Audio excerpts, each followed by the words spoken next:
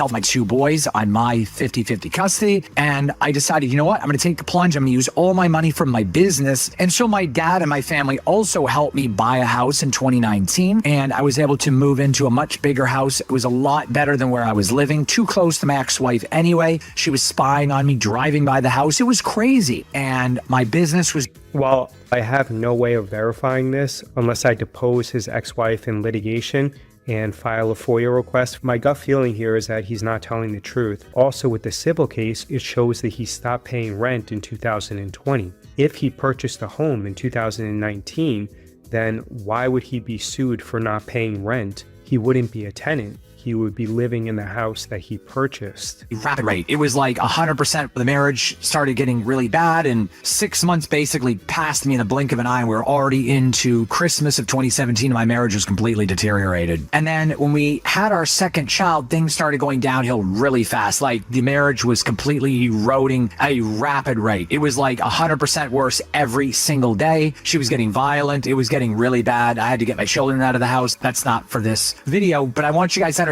how bad it was getting. And so we had all kinds of problems, ended up filing for divorce, got my own house somewhere else. We moved, and I'm fighting her on custody. She is just getting drunk all the time. Things are really bad. So my business was suffering. But 2019, I felt a little bit of a break. New house that was all mine. And my kids got to come over to my house away from all of the nightmare. And I had a pool. We could go swimming and things were better. I was working endlessly on the business and trying to expand it while going to school, managing time with my children. Things were really stressful, but they were better. So the stress was fine. Fast forward to the end of the year, November, December, I got my divorce decree. It was finalized. The divorce was done. I got pretty much everything I wanted. I did well with the divorce, got 50-50 custody, and she wasn't able to take any more of my assets. I was able to just stop all of that nonsense and move on. It was a win-win for me at the time. Anything that I lost, I cut ties with and moved on. I wanted peace. That's all I wanted was peace. It's weird that he's making himself out to be the victim in this situation, because I bet you if I filed a FOIA request for the divorce proceedings, it probably would not paint her out to be some sort of monster who gets drunk all the time and who gets violent. Years or 2.5 years, things were... So here what he's going to do is describe COVID and also make himself out to be a victim. And he's also going to make an emotional plea to the audience, so that way he seems more empathetic and human and people can really relate to his situation. And then fast forward a month later, I had lost 30% of my contracts for the year. I lost like 35 grand in a month. And then COVID-19. And it's really heartbreaking because I spent from 2009 until 2019 in this business. It was my baby. Besides my children, it was my baby. And I lost literally every dollar I had made in a year and a half was gone in 3 weeks. Social distancing literally beheaded my business. I lost it all. I've got 2 boys. I just went through a divorce and spent $150,000 on a divorce. I bought a new house and now my business is done. I have absolutely nothing. Like, I don't know what to do. My 2 boys are counting on me. Like, this is very upsetting. Like, it was really bad. Like, really bad. Like, It's okay, Corey. I believe in you. You can do it. You can do it, Corey. I need a minute. 11 years of everything that I've worked hard for, gone. Like I had nothing. I had to refund all the contracts because you can't keep their money. I had to refund everything and pretty much cancel the whole year. So in a matter of 3 weeks. That's a little bit strange considering that he was sued for keeping the money. I'm not really sure. There's some type of disconnect there where he's claiming that he refunded everything, but then he was sued for not refunding everything. In the pandemic, in April and May, this was 2 months later, I was pretty much bankrupt at rock bottom. I went from a hero to my kids to zero, and it's not a good feeling. So he's walking you through the hero's journey where he always had a ton of potential, and then he was a victim to circumstances and bad things happened to him. But then he persevered and became the person in front of you right now. Invest with Corey. It's a great story, but unfortunately, I don't believe that much of it is actually true. Really look tough, at that acting. Look at that acting. It's heartbreaking to go. You got a don't Grammy. Think about this, but I want you guys to understand what I went through. This wasn't easy for me. It was really rough. I told my brother that in April of 20. So at this point in time, I accepted the fact that I was defeated. There was nothing left for me. And there's no way to recoup my business. None of this. It was just a lost cause. So my brother and I were talking in July of 2020. At this point, I was pretty much bankrupt. I only had a few $1,000s left. He had said, hey, you buy a couple of hundred shares of Square. You told me about that. And you said that Amazon was like $48 a share and they'd went up a little bit since then. Maybe you should just cash out your $26,000 or $27,000 from Amazon and just use that to live for a few months and then just leave Square in there and ride it out and see what happens. And I told him, you're right. I'm going to have no choice. And so I logged in my brokerage account and I could not believe what I saw. I wasn't following the stock market. I was in college for finance, studying psychology. It's weird that he says this because his bio for his wedding photography business indicates that he went to Full Sail University, and there's no mention there that he studied finance at all. The divorce and my kids, I wasn't paying attention to the portfolio. And as exciting as 500 shares is, 13,000 or 26,000, I'm talking about my life here. My ex-wife, my children, my business of 11 years down the drain, a 6-figure job, gone, my whole life in the toilet, rock bottom. I didn't give a crap about 13 grand or even 30 grand. It wasn't a thought in my mind. Like, that's not going to solve my problems. It's not going to make my marriage better. It's not going to make my divorce easier. It's not going to do anything. So I never really checked it or cared about it. I really didn't care about the portfolio or check it till my brother brought it up. But it was like a miracle. Like, I don't want to get religious, but I just believe it was a good sign and like a new beginning for me. When I logged in my portfolio, I felt like it was a miracle. Like, my hands were shaking. I literally could not believe what I saw in the portfolio. It was $85,000 in my Amazon position. I was like, there's no way, something's got to be wrong.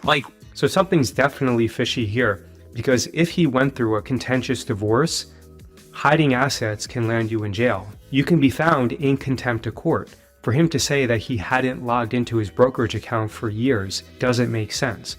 If he didn't voluntarily produce all the bank statements and brokerage accounts to the court, then they would be subpoenaed. I would say the probability that he's telling the truth here at around 1 or 2%.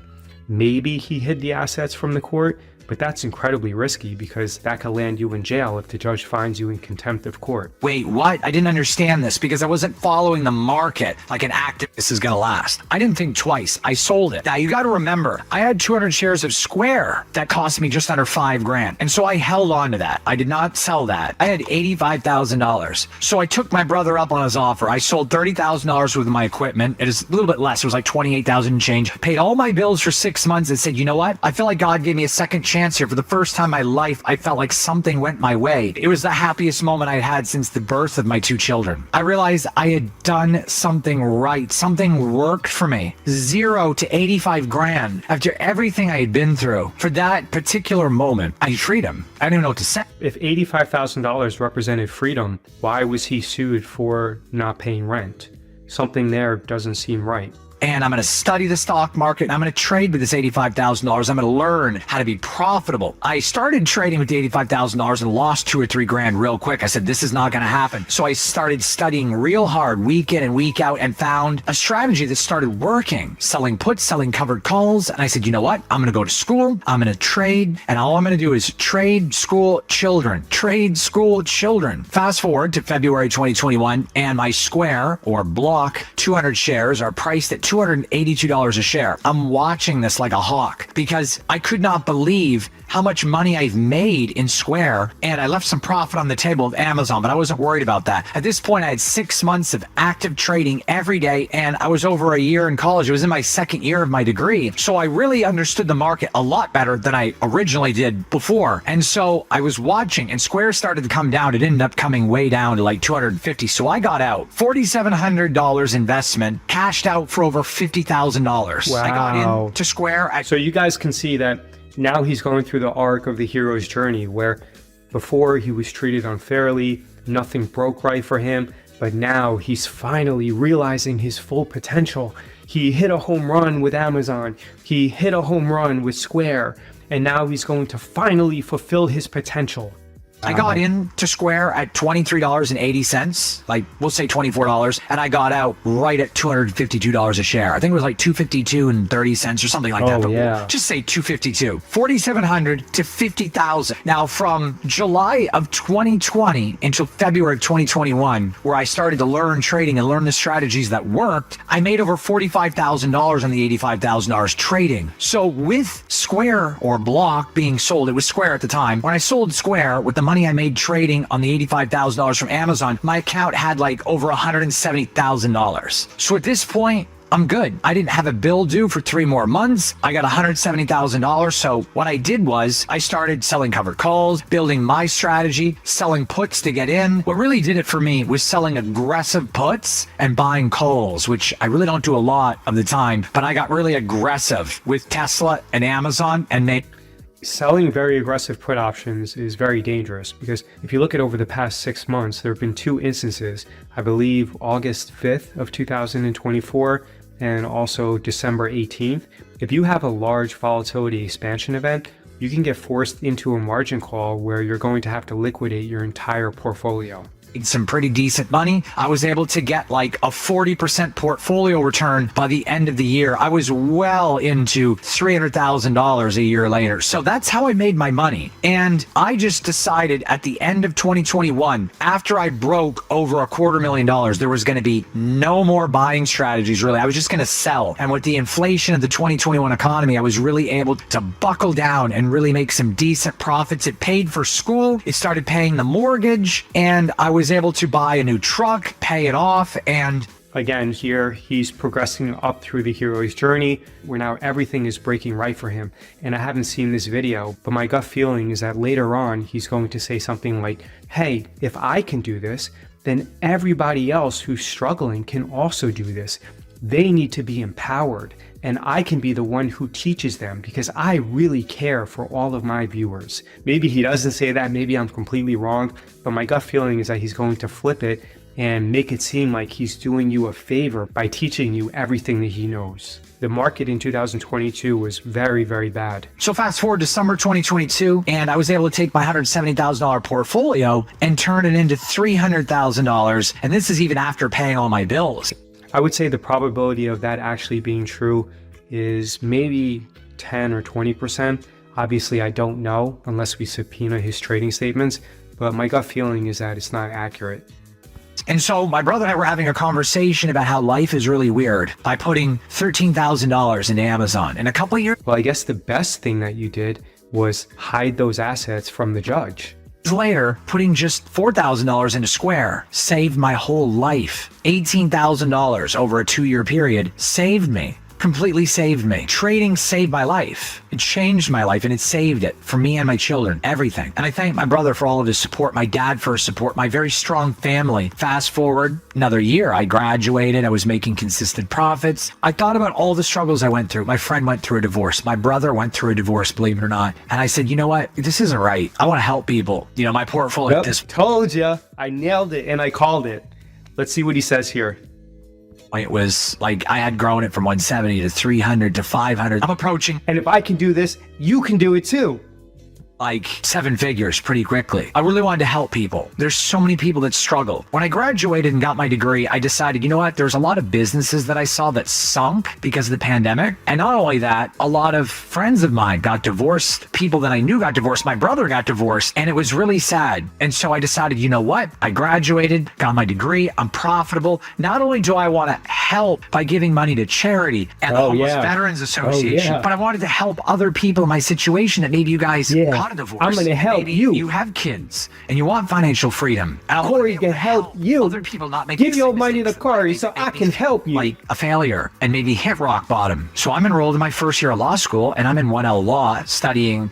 You know, money's well and good. Money is great. It helps you stabilize your life. It gives you the things that you want, but there's more to life than just money. Yeah. And I realized that with success. success that it was the journey that I'll never forget. The journey, My brother, the hero's my family, journey. my kids, the divorce, the ups and the downs, the connection that I have with you guys, teaching. I love you guys. Just give me your money. Things I want to do. And I will love you more. Like helping other people does. So I want to help people. Money is giving me. Give me your money and I will love you more. Which is teach and connect with others and be a great dad. Oh, Corey, be a great person. Get my Juris Doctorate, become a lawyer, which was my mom's dream that she never accomplished. Such a good She's so person. proud of me of that. You're so that good. Means more to me than the money. I've learned a lot, and it's taught me a lot of humility. I'm not anything special. I'm a nobody. Like, I'm nobody. Just 'cause I have some money. Just like I can relate to you guys. Nothing. My legacy of this life. Give me your money, and you will be rich too. My action and how I help other people. How I help you. How I help everyone watching. How I raise my children, and how I treat others. That's what's most important. The money just gave me financial freedom to not stress. The money doesn't matter. Just give me your thousands of dollars. Goals. And I want to share those with you guys. Give me your money and I'll share it with you. To a degree. But I did it because I wanted you guys to understand how I went from zero. It was pretty much zero and how to you can do it too. From Amazon and Square. And letting it sit there. And how I hid those assets from the judge. The pandemic's gift to me. So when the pandemic crushed my business, it birthed me a whole new life and gave me a whole new dream. And it made me a better person. So what a lot of these guys do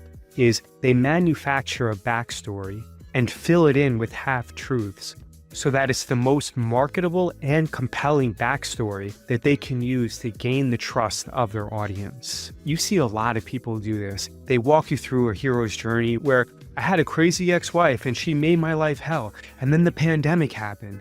They make themselves out to be an innocent victim, almost like a character in a movie, and then they sell that to you, making it as compelling as possible. That way they can gain your trust and separate you from your money.